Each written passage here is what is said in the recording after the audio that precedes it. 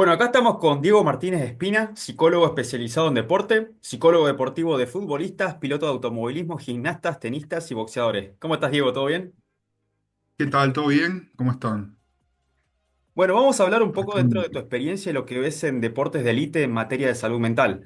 Uno se piensa a veces que Ujú. cuando está metido en el mundo del deporte, que los deportistas en su mundo, en sus tiempos libres, además de entrenar, se la pasan de fiesta, tomando champán, viviendo vida de lujo en yates o cosas por el estilo, cuando la realidad es completamente diferente a la que nos vende el mundo del marketing, que busca vender seres humanos como productos y a todo. Y hay de todo un poco en el trasfondo este por detrás, sobre lo que pasa en la cabeza de ellos, en los deportistas, y que a veces tienen una vida muy solitaria. Pero para empezar desde el automovilismo puntualmente, ¿hace cuánto estás ligado al mundo del automovilismo, Diego? Bueno, emocionalmente creo que desde chico, desde mi niñez, la afición por el automovilismo y el gusto por el automovilismo. Después a nivel laboral, quizás hace unos 5 años, más o menos 5 años, ahí tuve la oportunidad de empezar a trabajar con pilotos y bueno, y es una actividad que llevo de las que más me ocupan, digamos, mi quehacer como profesional, ¿no? En eso, y que más me gusta, digamos, ahí junto la pasión que siento por el deporte y el placer de trabajar en eso, aportando a los deportistas, ¿no? En eso. Contame, Sí. Diego, ¿con cuántos pilotos trabajás actualmente? Uy, bueno, quizás que entre unos 8, quizás 10 ahí, entre varias categorías, sí. Sí. Tengo una consulta. ¿Cómo se trabaja puntualmente Sí. para que los pilotos actualmente sean fuertes mentalmente? Se habla mucho que prácticamente son inmunes a la frustración. ¿Qué actividades se hace por lo general con ellos? Bueno, primero que creo que es trabajar como cualquier ser humano, porque es el punto de comienzo de eso. Entender cómo desde una dimensión humana que tiene el deportista, no te olvides que es un ser humano donde está inserto en una actividad. Yo diría que el primer punto es como eso, ir a la cuestión de lo humano, donde hay algo que necesita ser como acompañado, quizás puede ser una palabra, o desde un área que es la psicología y la psicología del deporte específicamente, que intenta brindar herramientas para el mejor desempeño en esa actividad, en este caso el automovilismo. Entonces es como empezar a trabajar con los pilotos y las pilotos, a aportarles herramientas que tengan que ver con sobrellevar lo que implica la actividad deportiva en el automovilismo específicamente, ¿no? En eso. Y bueno, que tiene un recorrido como muy propio y particular en ese sentido, ¿no? Es decir, con lo que vos decías, que parece raro nuestra incursión en ese deporte, es porque, claro, es un deporte que viene también un poco de atrás con respecto quizás a otros deportes que han logrado un avance científico, perdón, y un avance eh, logístico que hace que los deportistas, por ejemplo, tengan todo, ¿no? No sé, estoy hablando de deportes de elite, quizás yo que sé, NBA o el fútbol mismo, que es el deporte más grande del mundo. Es decir, hace tiempo se ha organizado toda una logística donde hay una cantidad de profesionales que colaboran con los deportistas.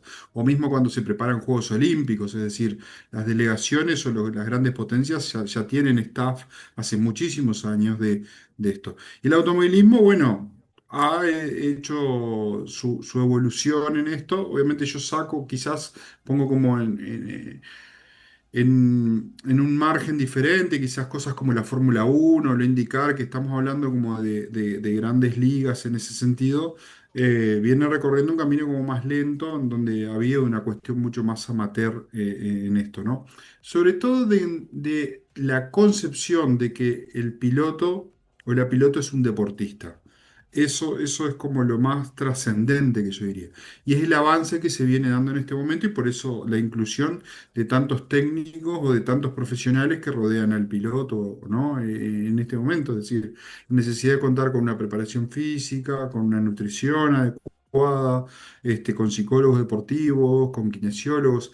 Es decir, esto, la competencia y todo el nivel de profesionalismo también ha avanzado a que, bueno, los pilotos empiecen a entender que son deportistas. Y como deportista, tiene que tomar una cantidad de recaudos o hacer una cantidad de cosas con respecto a la actividad deportiva, porque eso lo van a potenciar y lo van a mejorar. Y bueno, y ahí entramos nosotros también. Trabajar todo lo que es el nivel de herramientas y capacidades mentales para desempeñarse en el automovilismo en la categoría que se esté compitiendo.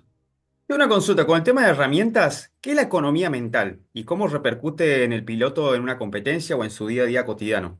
A mí se me ocurre como pensar el concepto de economía mental, es decir, como una serie de soluciones, ¿no? ¿No? Eh, para que, digamos, de alguna manera el cerebro no esté como hipervigilante todo el tiempo a resolver situaciones como inesperadas o nuevas, que eso es lo que hace, ¿no?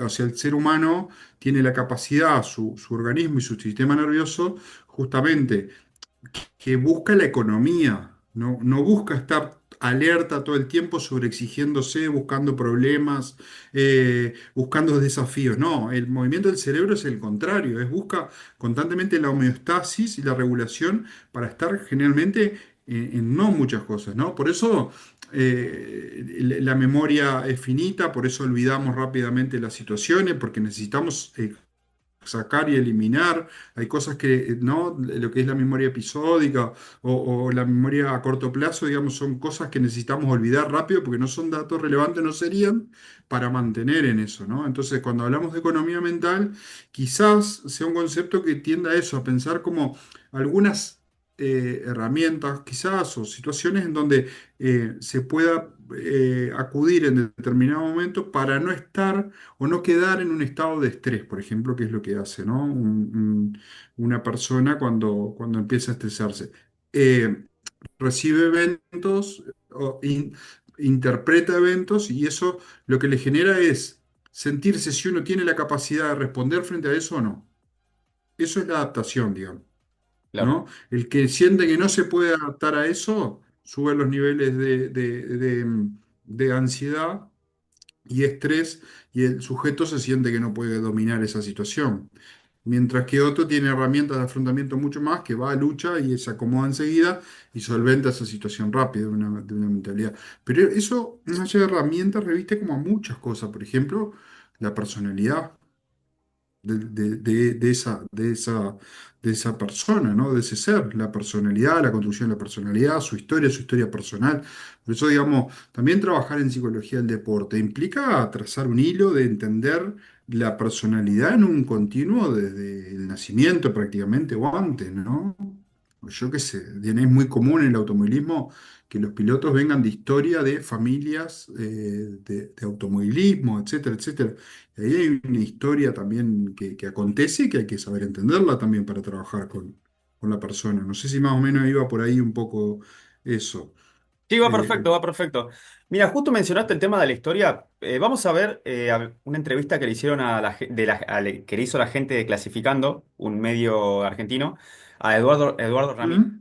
Obviamente, para la gente que no conozca a Eduardo Ramírez, fue manager de Esteban Tuero y de Gastón Mazacane, dos pilotos que estuvieron en Fórmula 1 en su momento en Argentina, y también acompañó a Pechito López cuando fue tester en su momento en Renault. En Italia, la SAI preparó, yo lo traduje y lo vamos a tratar de hacer acá en Argentina, que es una cosa gratuita, ¿eh? Que es un curso, porque hay muchos cursos para pilotos, hay pilotos de karting, para tecnología, para poner a punto, para esto. Y la SAI determinó que la mayor dificultad que tiene porque los pilotos no llegan al nivel del karting, son los padres. Claro, Entonces decidió atacar el mayor problema que tienen los pilotos. El mayor problema de los pilotos de karting no es que le enseñe que no, la escuela de pilotos, es que el padre le arruina la carrera. No, no es propio del automovilismo. Vas a un partido de escuela y se agarran a la trompada a los padres de la escuela. Te voy a contar cómo empieza la charla que dan. La charla empieza, si usted le dice a su hijo que viene Papá Noel y le deja un regalo, le va a creer. Si le dice que a su hijo que el ratón Pérez le deja plata por el diente, le cree. Y cuando le dice que es un tarado porque se equivocó en la clasificación, también le va a creer. claro. Y ahí es el daño que le haces. Y bueno, sí, tiene mucha razón, sí. En el karting es muy visible, muy visible. eh, cuando se lleva a niveles de competencia o de competitividad en el karting, se traslada, vos ves que los chicos empiezan a hacer cosas en la pista que no vienen de ellos, no es de su impronta ni su desarrollo como kartistas ni como corredores de lo deportivo. Tiene que ver con lo mandatario de los padres. Y sí, y los padres es un trabajo que hay que hacer mucho porque en realidad eh, ellos lo que están es como trabajando mucho sobre sus expectativas, ¿no? Y tienen mucho sembradas sus expectativas. Entonces, eso que se comenta ahí es depositar constantemente sus expectativas en sus hijos y a su vez con eso están haciendo juicios de valor. Entonces, lo peor de todo, y esto yo lo trabajo a nivel de karting, pero a nivel ya profesional, digamos, a nivel de competencia, a nivel top. Porque es una premisa para el deporte. Es decir, cuando la atención se focaliza en el resultado, es muy probable que si surgen buenos resultados, buenísimo, pero va a ser circunstancial. Pero si hay malos resultados, va a haber muchísima frustración, muchísima culpa y no se va a saber por qué. Y eso le va a pasar a los niños y le pasa a los niños con sus padres. Porque los padres, yo lo veo en el karting, los padres se ponen al lado de la pista, no tienen nada que ver, contratan un equipo, todo para que les arme o algún coach que los entrene. Y ellos igual van ¿no? Que se vuelven experientes en el deporte y comentan y dicen cosas y hablan de un poco de la puesta a punto y de qué hacer. Entonces, es toda una información que abruma a los chicos.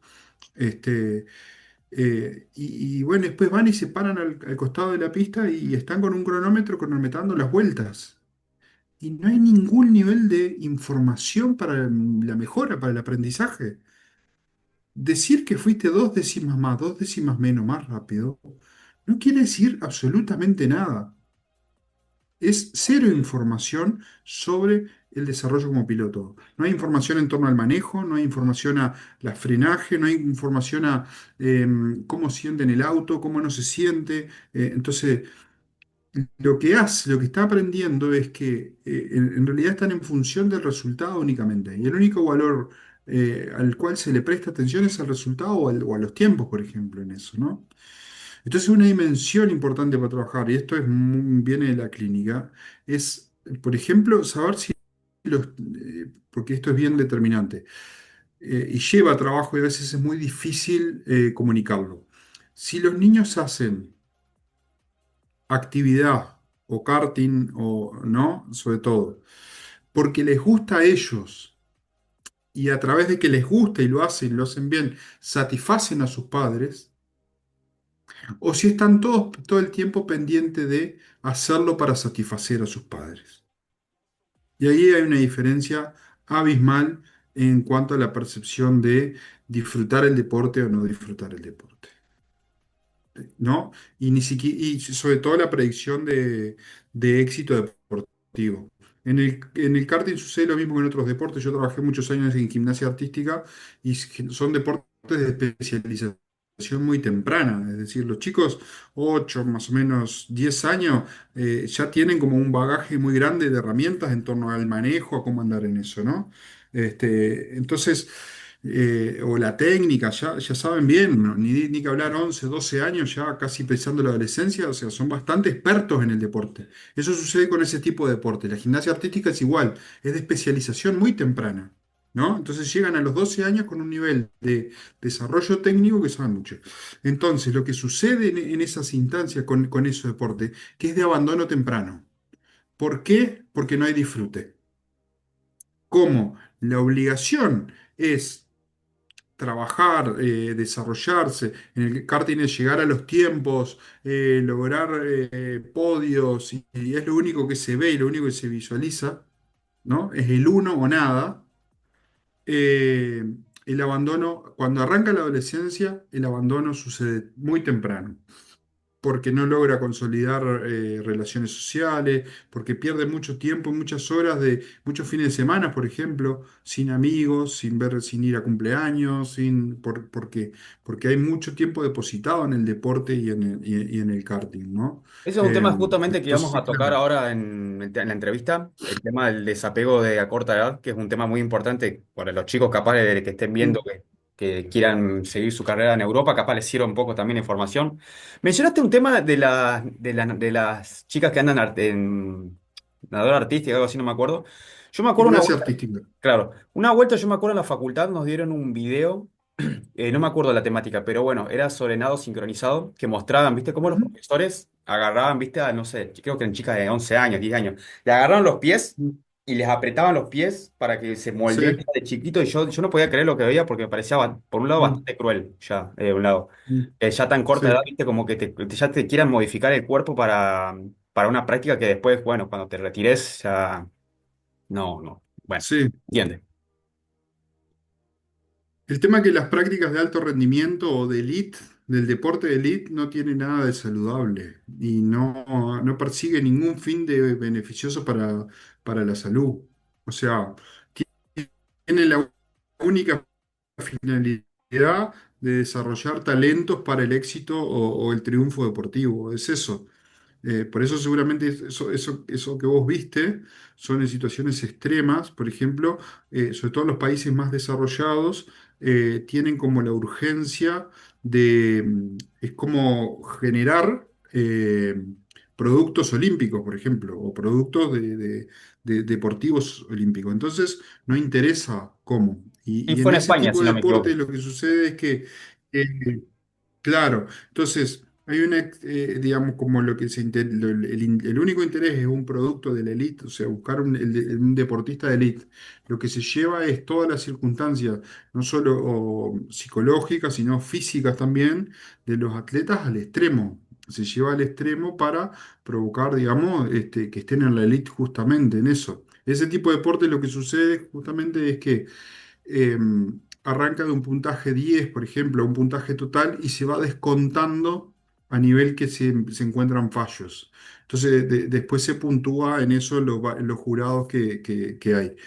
Entonces, cuando sucede eso, ese tipo de deporte lo que persigue es como la pulcritud técnica, ¿viste? Entonces tiene que estar una punta de dedo bien estirada, las manos no pueden estar, las piernas no pueden estar enrolladas. Por eso si tú ves en nado sincronizado no puede haber nada, justamente, ¿no? El nombre lo dice, nado sincronizado, ya habla algo de perfección, en donde no puede haber nada que se desajuste. Seguramente yo no conozco directamente ese deporte tanto, pero seguramente tenga cosas así, donde piernas, por ejemplo, flexionadas o manos no estiradas en determinado momento descuenten puntos. Entonces, por eso se trabaja a ese nivel. Pero bueno, en esta consideración, la élite no persigue la salud, de hecho, atenta, va hacia otro lugar diametralmente opuesto, va hacia el éxito deportivo, simplemente, y digamos, que los que se beneficien sean los patrocinadores, los estados que han invertido millones en desarrollar atletas.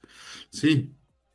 China, por ejemplo, tiene un régimen donde en todos los deportes, bueno, que hoy generan mucho, ya es potencia mundial, sobre todo en Juegos Olímpicos, en deportes así, como tienen tanta población, la aspiración de las familias en China es que logren que sus hijos logren ser captados o reclutados como atletas del Estado.